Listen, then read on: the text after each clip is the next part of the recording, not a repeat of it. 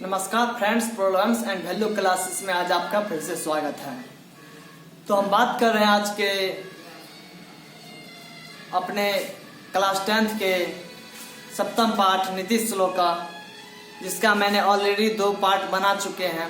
जिसमें से क्या है, 2 पार्ट बना चुके हैं। उसमें से क्या है, जो उसमें सिर्फ श्लोकों के अर्थों को अच्छी तरह समझाया गया है। जो लोग नहीं देख पाए हैं वो हमारे पार्ट 1 और पार्ट 2 का लिंक जो डिस्क्रिप्शन में डालेंगे उससे देख सकते हैं। और आज हम बात करेंगे नीति श्लोक का पार्ट से जो बिहार बोर्ड में क्या होते हैं, क्वेश्चन पूछे जाते हैं, बहुत ही वीवीआई क्वेश्चन है, उसके बारे में चर्चा करेंगे। अगर आप इसे तैयारी कर लेते हैं तो 2, 4, 5 नंबर इस चैप्टर से आसानी से आ सकते हैं। इस चैप्टर से ऑब्जेक्टिव पूछे जाते हैं और सब्जेक्टिव जो लघु उत्तरीय टाइप के होते हैं वही पूछे जाते हैं। तो आज हम बात करेंगे सबसे पहला क्वेश्चन की तरफ जो चल रहा है। उसमें क्या है, नीति श्लोक का पाठ के आधार पर पंडित के लक्षण क्या क्या है।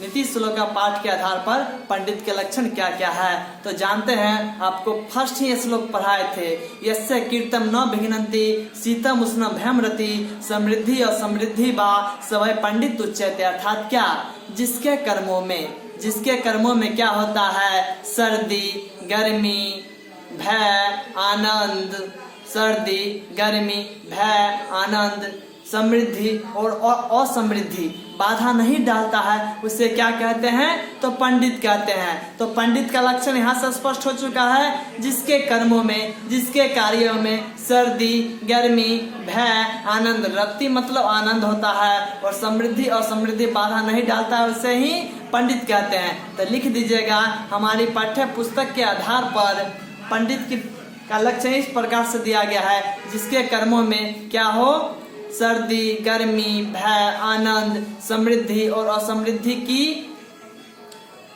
विघ्नता न हो, उसे पंडित कहते हैं। तो हमारा फर्स्ट क्वेश्चन इस प्रकार से कंप्लीट होता है। अगर बोर्ड में ये लिख दीजिएगा तो एक जो कॉपी चेक करेंगे वो 1 भी नंबर नहीं काट सकते हैं। फिर क्या है, नीति श्लोक का पाठ के आधार पर मूढ़ चेता नराधम के लक्षणों को लिखे। नीति श्लोक का पाठ के आधार पर मूढ़ चेता नराधमों के लक्षणों को लिखे। तो क्या पढ़े थे हम श्लोक में, अनाहुता प्रविशति, शायद तीसरा श्लोक है, अनाहुता प्रविशति अपृष्ठो बहुभास्ते विश्वसिते मूढ़ चेता नराधम। अर्थात क्या, मूढ़ चेता नराधमों के लक्षण यही है कि क्या करता है वो, अनाहुता प्रविशति, बिना बुलाए हुए आ जाता है। अनाहुता प्रविशति और पृष्ठो बहुभाषते, और बिना पूछे बहुत बोलता है। जो विश्वास करने के योग्य व्यक्ति है उस पर भी क्या करता है, विश्वास करता है, और उसे ही क्या है, मूढ़ चेता नराधम। तो हम कह सकते हैं कि मूढ़ चेता नराधम का लक्षण यह है, वो क्या करता है, बिना बुलाए हुए चले आता है। जो विश्वासी व्यक्ति उस पर विश्वास करता है और बिना पूछे हुए बहुत बोलता है। ये मूढ़ चेता नराधम लोगों की परम लक्षण होता है। जस्ट ये लिख दीजिएगा तो आपको आसानी से नंबर मिल जाएगा। इसमें 1 भी नंबर कटने वाला बात है ही नहीं। फिर कहता है नरक के 3 द्वार कौन कौन है, नरक के 3 द्वार कौन कौन है। तो फिर श्लोक याद होगा, त्रिविधम नरकस्य इदम द्वारम नाशनम आत्मनः कामा क्रोधस तथा लोभस अस्मादित त्रयम त्यजेत। अर्थात क्या, 3 विधि से क्या होते हैं, हम लोग नरक के द्वार पे जाते हैं। अर्थात क्या, 3 विधि, अगर 3 चीज नहीं करेंगे तो हम लोग क्या कर नरक के द्वार पे नहीं जाएंगे। और ये तीनों नरक के द्वार पे जाने वाले रास्ते हैं। कौन कौन रास्ते हैं, काम, क्रोध तथा लोभ। तो अर्थात हम लिखेंगे, हमारी पाठ्य पुस्तक के नीति श्लोक पाठ में यह दिया गया है कि नरक के 3 द्वार है, काम, क्रोध और लोभ। अतः इसे क्या करे, त्याग दे। फिर अगला क्वेश्चन हमारा आता है, कुल की रक्षा किससे होती है, कुल की रक्षा किससे होती है। तो फिर श्लोक है क्या, सत्येन रक्षेत धर्मो विद्या योगेन रक्षेत,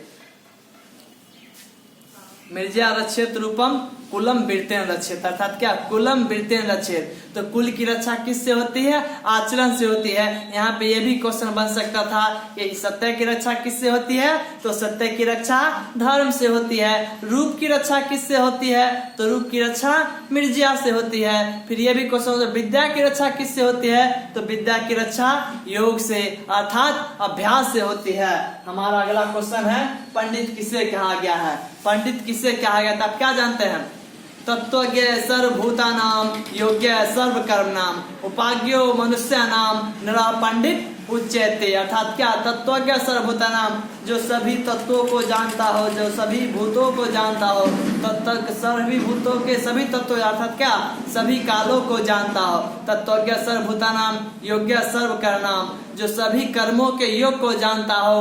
उपाज्ञो मनुष्य नाम, जो सभी मनुष्य के उपायों को जानता हो। नर पंडित उच्यते, उसे ही पंडित कहा गया है। तो पंडित किसे कहा गया है, जो सभी भूतों के तत्वों को जानता हो। भूत अर्थात क्या, समय। तत्वज्ञ सर्वभूतानाम योग्य सर्व कर्मणाम, जो सभी कर्मों के योग को जानता हो, जो मनुष्य के उपायों को जानता हो, उसे ही पंडित कहा गया है। तो पंडित का परिभाषा आप आसानी से दे सकते हैं। क्या दे सकते हैं, जो सभी तत्वों के योग को जानता हो, जो सभी भूतों के तत्वज्ञ सर्वभूतानाम, जो सभी भूतों के तत्व को जानता हो। योग्य सर्व कर्मणाम, जो सभी कर्मों के योग के जानता हो। उपाज्ञो मनुष्य नाम, जो मनुष्य के उपायों को जानता हो, वही पंडित कहलाता है। फिर क्या है, नीति श्लोक का पाठ में स्त्रियों के बारे में क्या कहा गया है। यह भी बहुत ही भिभियाई क्वेश्चन है।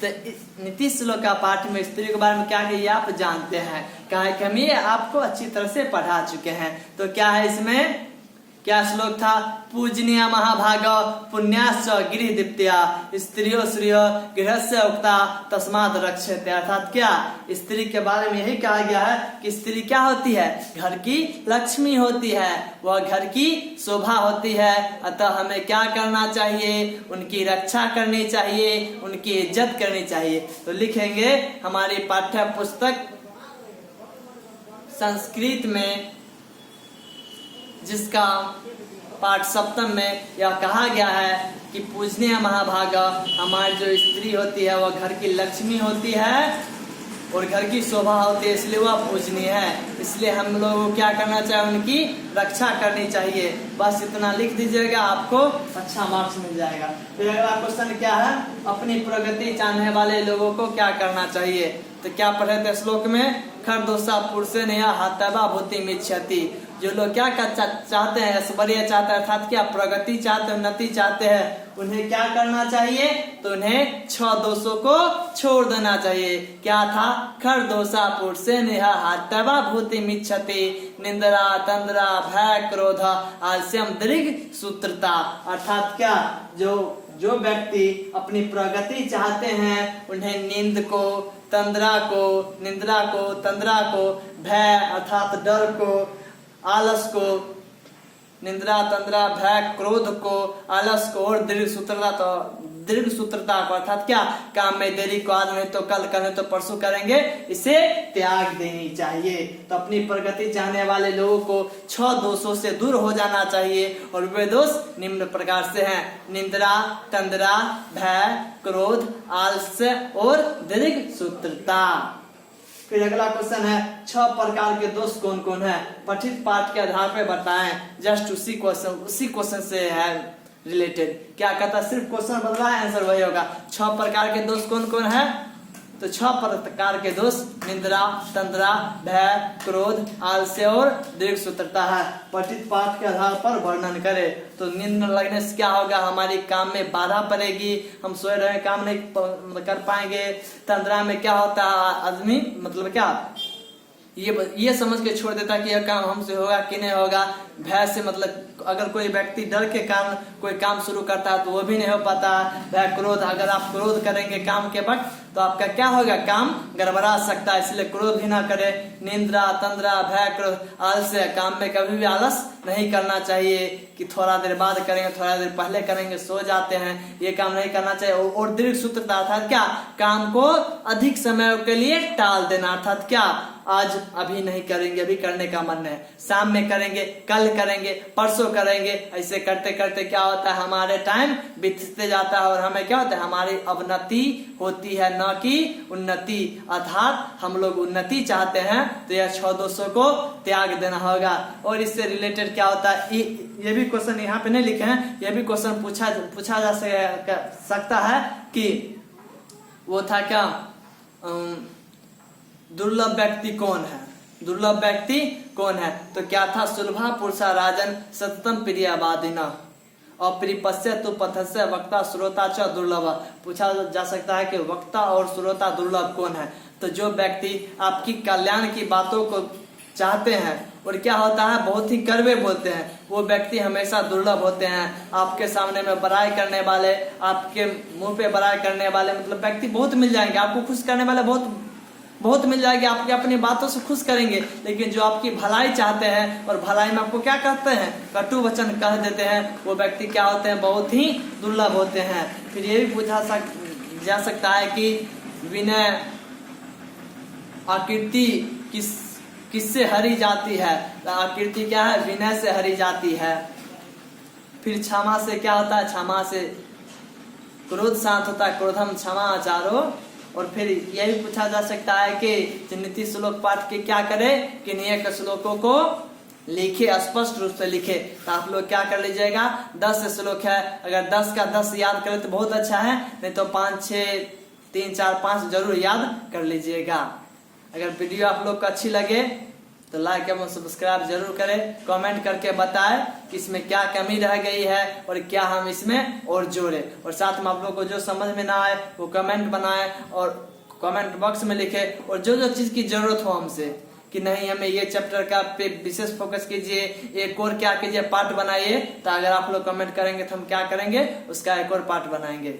जी धन्यवाद।